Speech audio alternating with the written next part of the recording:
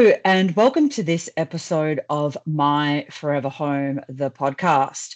I am Frances, your host, and today I'm going to be talking to you about future-proofing your home for accessibility and flexibility. I thought this was quite a poignant time to discuss accessibility. Flexibility, I talk about a lot, and I have done in previous episodes, and I'll weave it into this episode too. But accessibility is not only a topic that I'm being asked more and more about, it is now becoming part of the national regulations in terms of building. And the regulations are now saying that we need to make our homes more accessible. And so certain elements are going to be mandatory. I'm not going to focus on all of those elements today in terms of what's mandatory. Those things change over time. So that's definitely something that you'll need to chat with your architect about. I just want to talk about some of the internal things that you can do that, whether they're regulatory or not, are going to really help you stay in your home longer, live more comfortably in your home for longer, and just future proof, which is obviously something I'm very passionate about, the home that you plan to stay in long term, that forever home that I reference a lot. Now, as a forever home, this house that you're renovating or building that you plan to stay in long term, let's call it 10 plus years, you want to ensure that it's going to support you through every life stage. I've talked about in previous episodes flexibility so that rooms can be more than one thing over the period of time that you're going to be living in that home. But it's really important also to be able to stay in that home, that as you get older, as your body may be not as able-bodied as you want it to be, that there are things that you've designed well or future-proof that enable you to stay in your home longer. Accessibility is not necessarily about aging. That can be one component. It's about offering choice. It's about offering comfort for yourself. It's about offering independence. It's about being able to make things easier. We hear about accessibility also for people that may be using a wheelchair. So for someone that may be coming into your home, it might be a family or a friend, but it may also be yourself or a family member that's living there just for that may have had an operation and is in a wheelchair for a short period of time. Imagine how much easier it's going to be if you've got accessibility measures in place that enable that wheelchair to just move throughout the home very easily. So they're the sorts of things I'm going to be talking about. Life changes can happen when we don't expect it. There's certainly been a lot of life changes that I'm seeing happen with friends around me, and they're not necessarily something that you're expecting, but just being able to be planned for them makes things so much easier. It also means if you're planning for them up front and you're allowing for them, so you're designing certain elements in there, for example, a noggin in the wall that means that you can attach grab bars really easily, 10 years down the track. If they're designed earlier on and provisioned for, that's going to then avoid additional costs later on. It's going to avoid expensive and possibly even stressful retrofits. It just means that you've provisioned for what may happen. So ease of movement is really what we're going to be talking about. It's not necessarily medical solutions. It's accessibility that feels seamless and intentional, not necessarily obvious. And it's functionality first. So as I've just been mentioning, we can have provision for many of these things, not necessarily have to install them the minute that we renovate or build our new home. So what are some of the things that are really big ticks that you could add to your home? I suppose one of the first ones is having a wider hallway and doorways to allow for flexibility of movement. Now, that doesn't mean to say that you need to have a hallway that's 2.5, 3 meters wide, which I see in some houses, because that is also, we need to have this balance also with sustainability. That's just a waste of energy to heat and cool this massive hallway that you can't close off. I'm talking about hallways that might be 1.5 meters wide. 1.2 would be ideal as well, because that allows then for a wheelchair to easily go down the hallway. And there again is that flexibility of movement. So a meter's a little bit tight. It's doable, but having that 1.2, 1.5 is just going to make that a little bit easier. Then we want to the most obvious one from here is then having a step-free entry. And this is where the regulations are coming into force, where you need to have some sort of step-free entry into the home from one point. And, you may have the ability to add a ramp later. If you are building from new and designing from new, you will now need to have that in the design. But, how easy is it going to be able to add that ramp? And then you'll also need to have some sort of bar that can be, before you go to the ramp. It might be that you just need to have some sort of balustrade so that you can hold on to something while you're going up steps out. And I'm talking externally at the moment.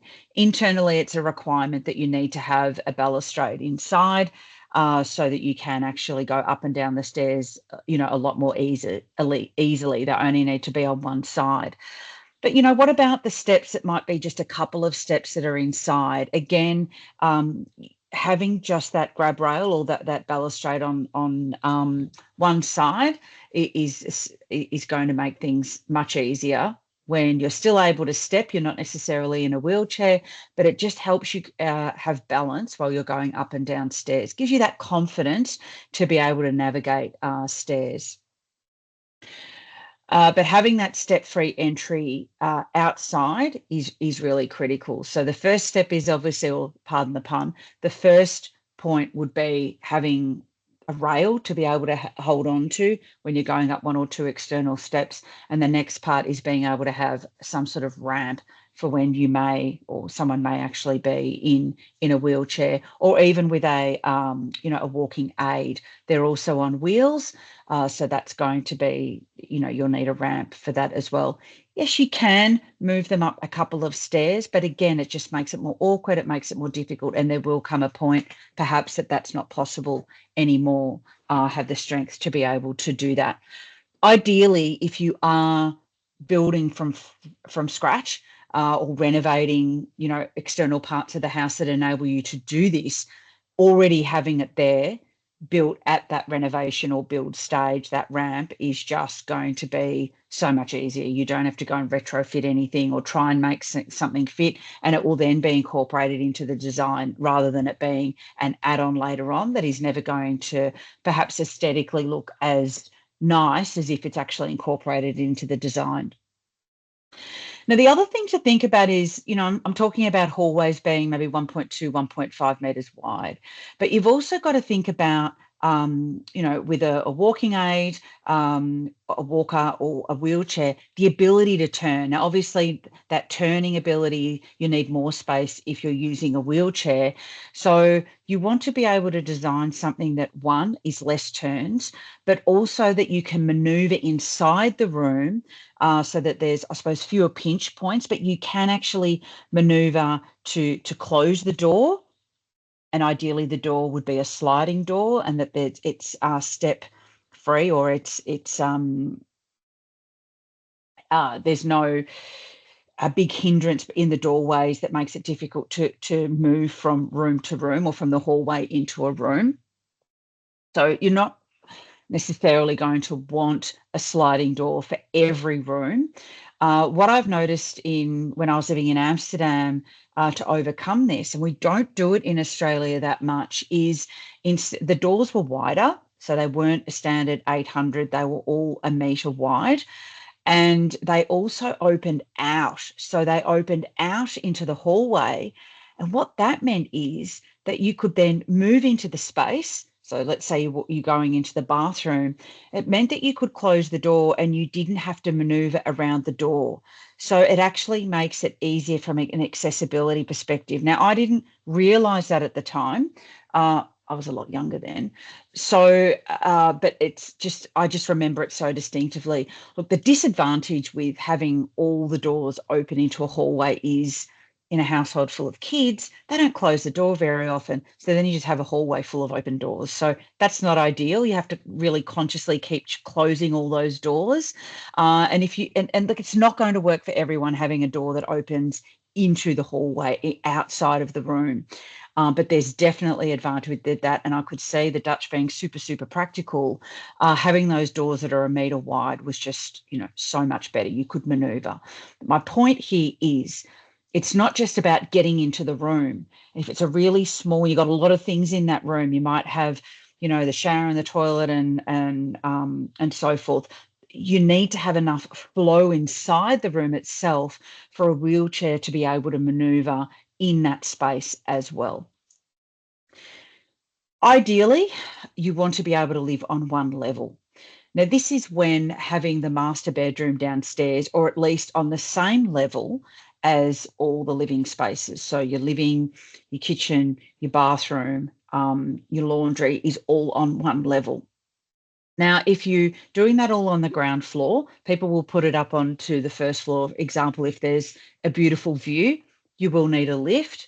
But if you've got everything on the ground floor, particularly that bedroom, it means that even if you do have bedrooms upstairs, you're still able to live on this one level very, very comfortably and for a long period of time. That ground level living is ideal. And I've spoken about this before in other episodes around, floor plans and, designing for the future. Is having this master bedroom on the ground floor was not always a thing. I think in the past it's been not necessarily regarded as more prestigious being upstairs, the master bedroom, but I suppose the idea was to have maximum living downstairs and then all the bedrooms upstairs, which in theory makes sense. But then when you start thinking about long-term living in the home, you need the master bedroom on the ground floor. And I'm seeing it more and more and more when I'm going to open for inspections or whatever, that the master is on the ground floor. But certainly when I'm working with clients, that will be one of the key things, the key observations that I'll be making if I'm looking at the floor plan or doing a floor plan sanity check, is to make sure that there is this ability to live on one level. I've also got clients that are future-proofing their homes when they're quite happy to have their bedroom upstairs and then all their living downstairs, but then they are provisioning for a lift.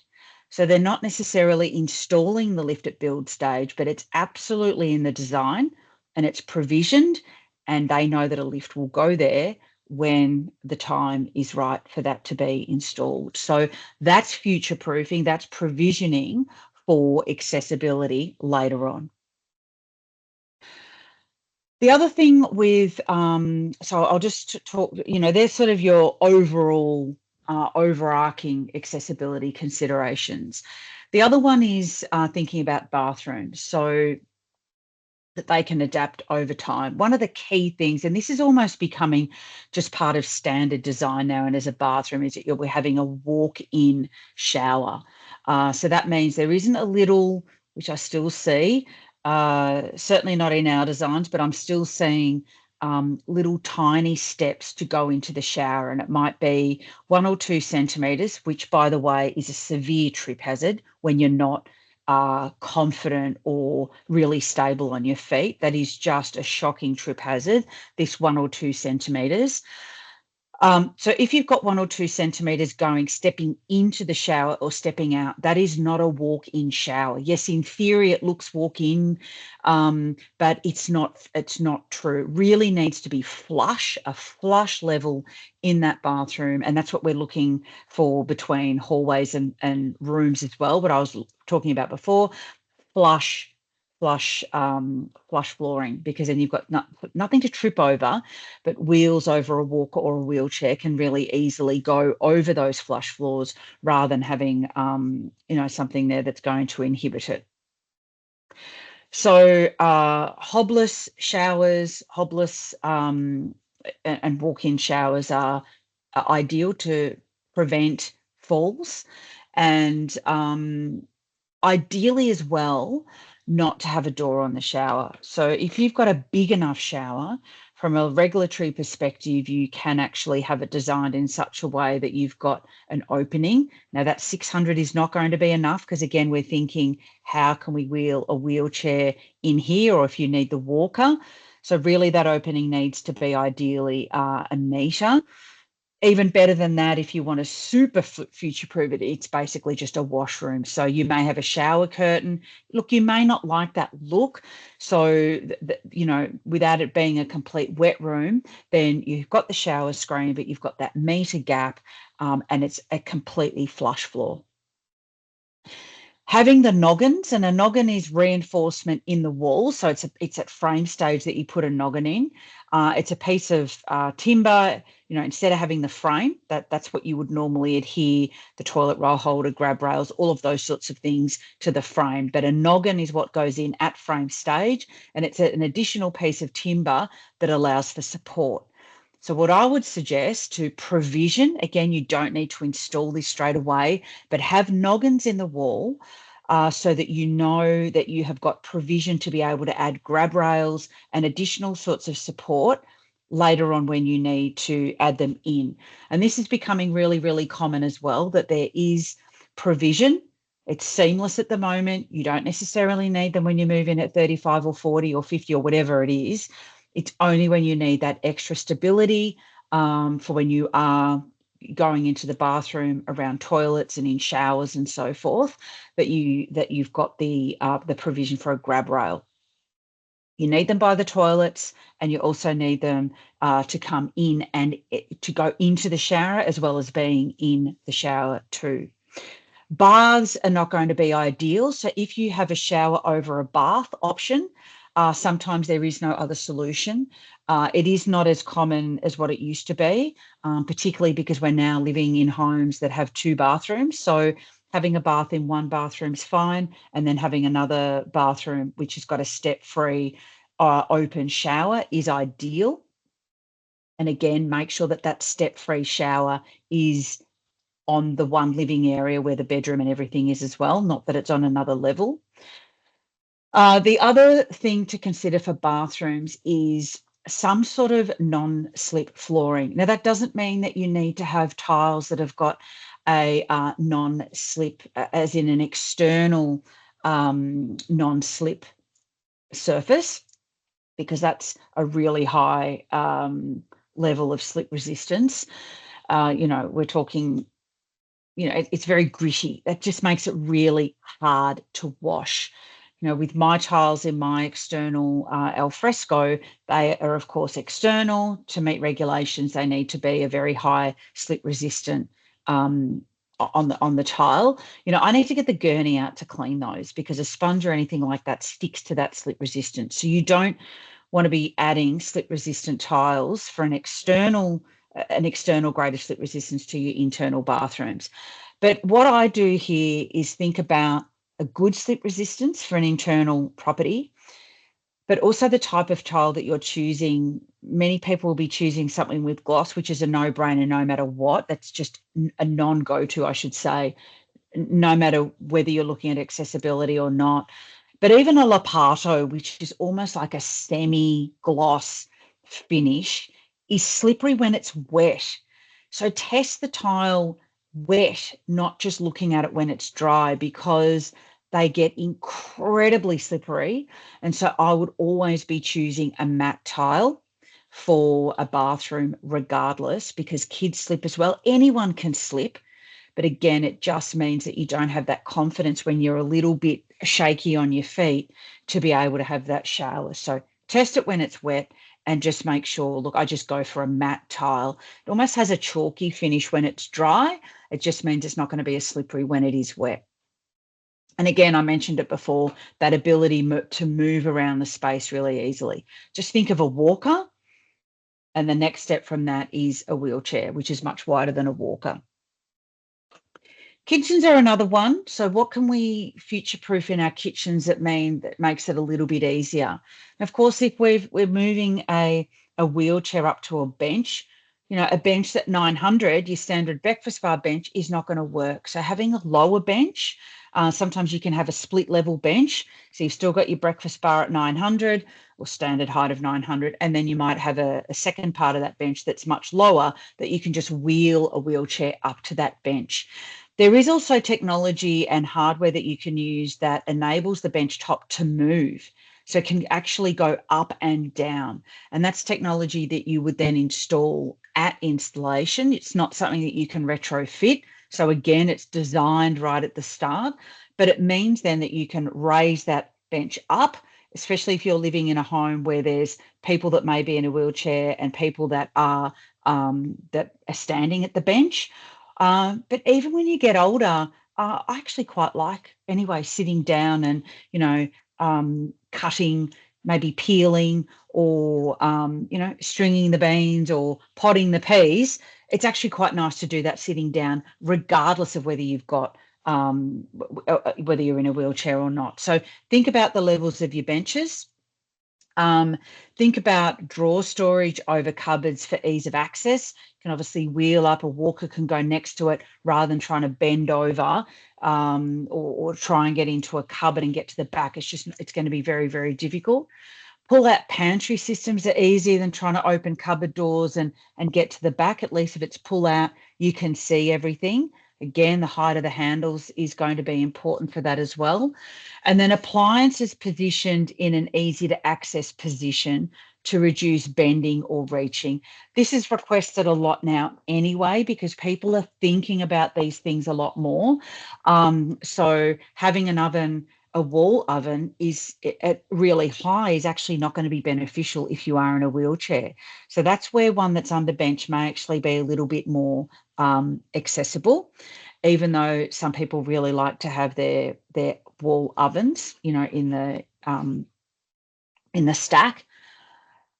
And then also about washing machines, we're getting more and more requests for having washing machines that are not necessarily on the floor, but they're elevated a little bit. There might be a drawer underneath, and it just makes it more less bending when you are still standing, but also more easily accessible if you happen to be in a wheelchair. The other thing is, this may not be something that is necessarily thought about either really early on. It's just around lighting. And I think all I really need to say here is all the things I've ever mentioned in episodes about lighting, around flexibility, having more than one sort of light source, having different types of lights is going to make things a lot easier as well. You want layered lighting. You may want to be able to have lamps. Obviously turning them on and off is not going to be a concern, but because they're going to be at a height that you can access them. You may want to add for automation. So the ability to turn lights on and off at different locations could be really helpful. If you're thinking about a bedroom where you've got the ability to turn off the bedside light, which is a switch next to the bedside light, rather than having to get up and go to the wall by the door to be able to turn it off. So thinking about double switching is really important, not just in the bedroom, hallways, lounge areas where you're coming and going from different rooms, or if you're thinking about when you sit down, how can you actually control the lighting?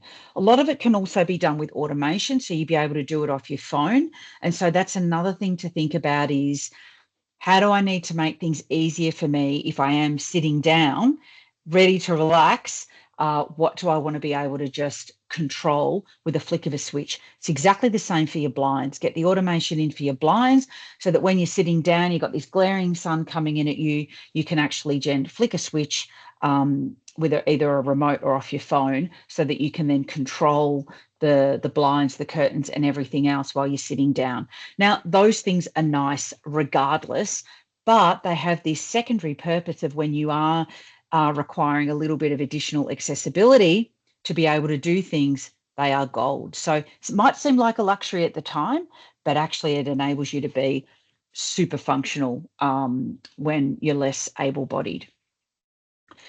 I've already talked about flush transitions, just having a quick look at my notes, and I've covered that one off.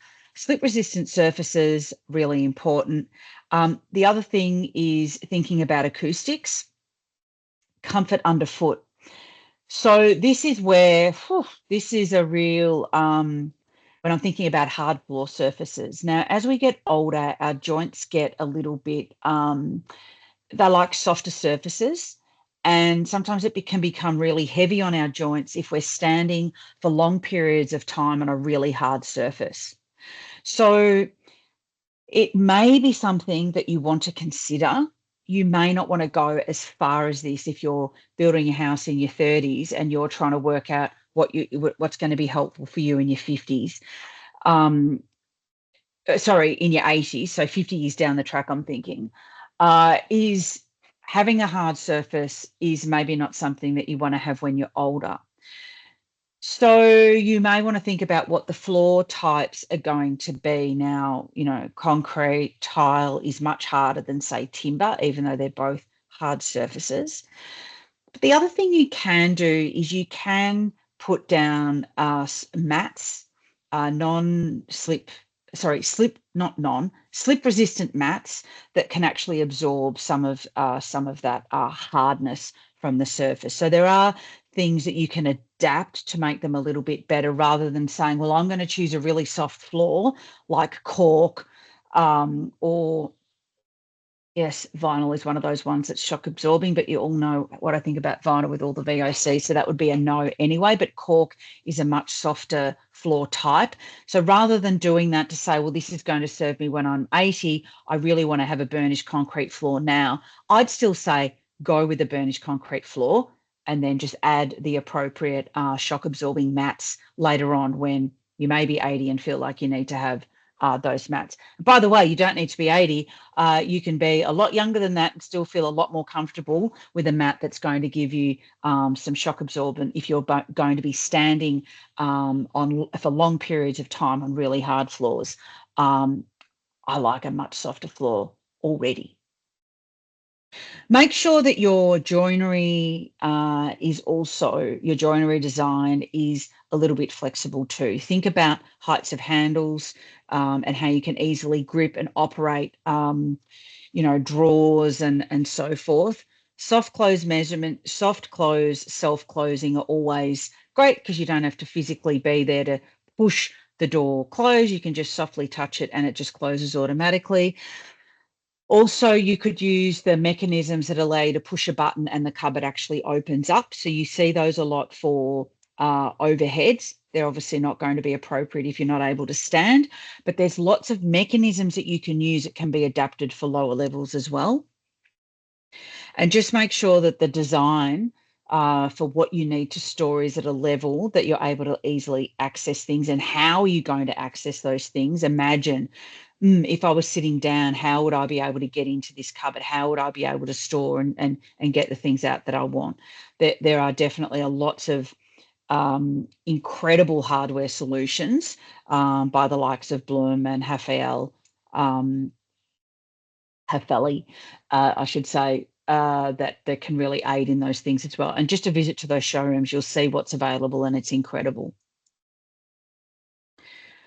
I would always suggest that you provision for. You don't necessarily need to install everything. If it's designed well for, and you're thinking about how is this going to last me when I may not be as able-bodied, and that might just mean, like I was just alluding to before, it's harder to stand for long periods of time on a hard floor, or you might not necessarily need that grab rail straight away, or I really want to stay for a long time, so we're going to provision for a lift.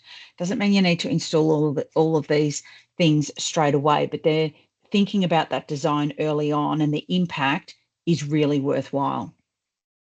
Some of them you'll go for, some of you think, no, I'm going to not want that or right now, so I'm not going to do it. And there's also cost considerations as well. But look, having flexibility to stay in your home longer is also a cost saving, because moving is expensive, not just the removalists. It's, if you have to sell your house, it's the stamp duty, it's all those sorts of things. And it's emotionally a big deal to move, particularly if you love your area and all the other things that come with it, community and so forth. So if you are able to stay in your home a lot longer, there are huge advantages to doing that. The security around that too, particularly if you've got family close by. So flexibility is actually the true luxury. Flexibility gives you choice. Flexibility means that you have more flexibility to stay. And that is not only, it's all of the things that I've just mentioned. So flexibility is the luxury rather than marble finishes and everything else. Having the ability to choose one scenario over the other when you're much older, that's where the gold is. It's about freedom. It's about giving you choice. It's about creating less limitations for when you really need less limitations. And so when you are designing for your forever home, be that a renovation or be that a new home, just thinking about these things and having them in the background and even talking to your designer or your architect about them to see what are some of the other things that they've got as suggestions, because this is just touching the surface of what's possible. It just means that you're going to save yourself a lot of grief later on, particularly if something happens suddenly and you have to make some really serious choices, big decisions, when you may not necessarily want to. And I think that's where flexibility and choice are the real luxury. I hope that's helped you a little bit today. Um, this touches a little bit on floor plans and creating flexibility. I've actually created a brand new checklist, which is all about floor plans and looking at your floor plans and how can you make them flexible and a bit more future proof. So it's not completely accessibility, but boy, it really touches on that as well. So if you'd like to grab yourself a copy of that floor plan checklist, just go to whitepebbleinteriors.com.au/checklist, and you'll be able to download that checklist for free and tick it off as you go and as you're reviewing your floor plan. Hope it helps, and I'll be here next time with the next edition of the podcast. Bye for now.